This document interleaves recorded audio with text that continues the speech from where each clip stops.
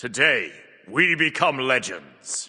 So, rants where I talk about characters I dislike the design or balance of have been a mainstay of my channel for years now, but I've never done any dedicated videos to gods that I feel are extremely well designed, because believe it or not, some are. So this video will basically be me simping for Awilix's gameplay design and explaining why I think it's up there as one of the best designs Smite has. So where to even start with this excellent god design? I guess we'll kick things off with her biggest asset.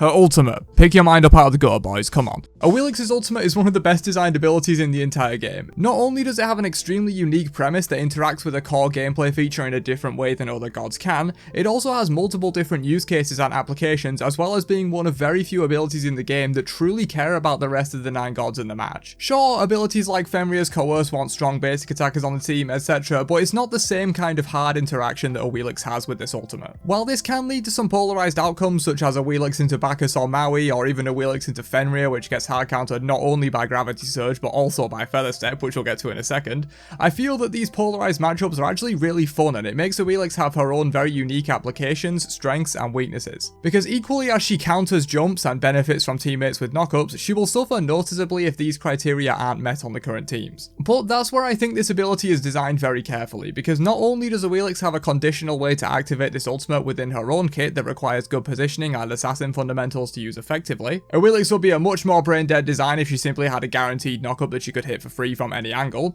Gravity Surge also doubles as one of the most powerful steroids in the game, with up to 70% attack speed and 60 physical power, plus immunity to roots, slows and knockbacks, some of the most common CCs in the game, all for 6 seconds, one of the longest steroid durations in the entire game. This combined with the in-kit knockup allow Gravity Surge to still be relevant and very scary even in a game with 0 enemy jumps and 0 friendly knockups.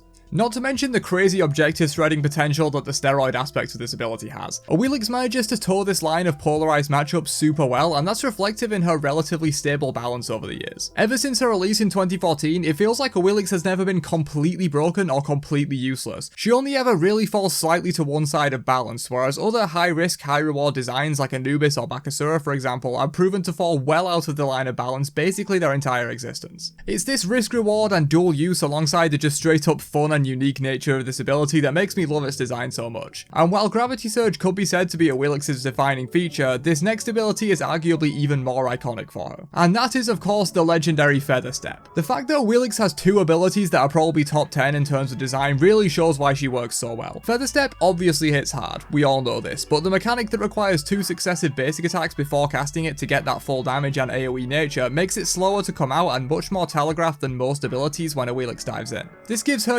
another interesting risk versus reward, where she can go for maximum damage output, which believe me is a lot, this thing chunks, but risks the enemy either jumping away, getting support from their team, or aegising the very predictable timing after 2 basic attacks. Of course, Gravity Surge's 70% attack speed buff comes into play here, allowing her to get 2 basic attacks out noticeably faster, which not only improves her DPS, but also her burst, since her bread and butter damage ability comes out faster. But you don't always have to go whole hog with Feather Step, it can be used after 1 basic attack, or even none. Since this ability only requires Awilix to have hit an enemy, not to have basic attacked an enemy, she can use this directly after her 3 or her 1 and utilize the full 30 range Feather Step has. For context, even Awilix's extended basic attack range, which is a great design tidbit in itself by the way, sits at 16 units, while normal melee basics are 12. This leads to quite a few situations where you aren't in range to basic attack the enemy, but you are in range to use your 3 to tag them and activate Feather Step from its full 30 range, almost double what your basic attacks can do, and you can close the gap using that. But we're not done with the intricacies of this ability just yet. I've gone on this long entirely without mentioning half the reason this ability is so hyped to begin with, the immunity frames. For the uninitiated, Awilix is completely untargetable during the flip animation of Feather Step. Not immune as many and even I call it, so any tick damage that was on her or things that had already targeted her before she did the ability will still deal damage, but most abilities in the game will miss an Awilix during Feather Step, which gives her yet another high risk reward aspect. Do you want to Feather Step for untargetability to dodge a Vulcan's Magma Bomb when you engage, or do you want to try and dodge the Magma Bomb anyway while basic attacking and get the full 2 times damage on Feather Step? The iframes on this ability have led to so many hype moments across Smite, dodging huge mage ultimates or scary CCs that are coming your way due to how quickly she becomes untargetable. It's also a really nice touch that that Feather Step flips you to the opposite side of the target when used, since if you engage on someone from the front, you can Feather Step into an instant Moonline charge that hits from the back for a guaranteed knock-up, after which you can use your ult. Plus, it will put you in melee range, so you can often sneak in a basic attack or two during the pull animation for some extra burst damage, which is another little intricacy of her ultimate that you might not have known about.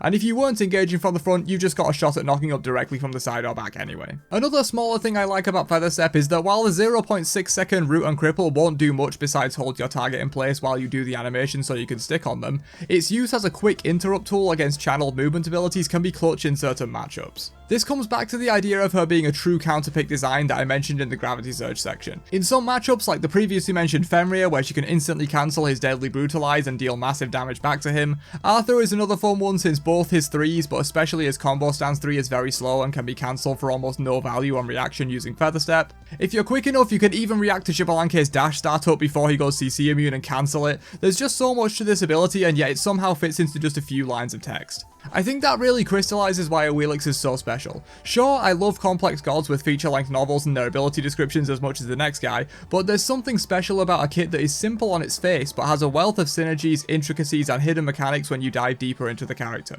It gives Awilix the perfect combination of a low skill floor but a high skill ceiling, meaning she's easy to get into and play at a basic level, but mastering her takes a lot of work and dedication and is extremely rewarding. But what are your guys' thoughts on Awilix? Do you share as much admiration for her as I do, or have you been pulled out of your back as flop engaged too many times to count and hate this god with a passion? While Awilix might not make my top 10 most fun gods list, though she would be close, she absolutely makes my top 10 best designs list, and hopefully this video articulated why I think she's so great. Catch you guys in another one later on. Have a great day, and peace out, you nerds.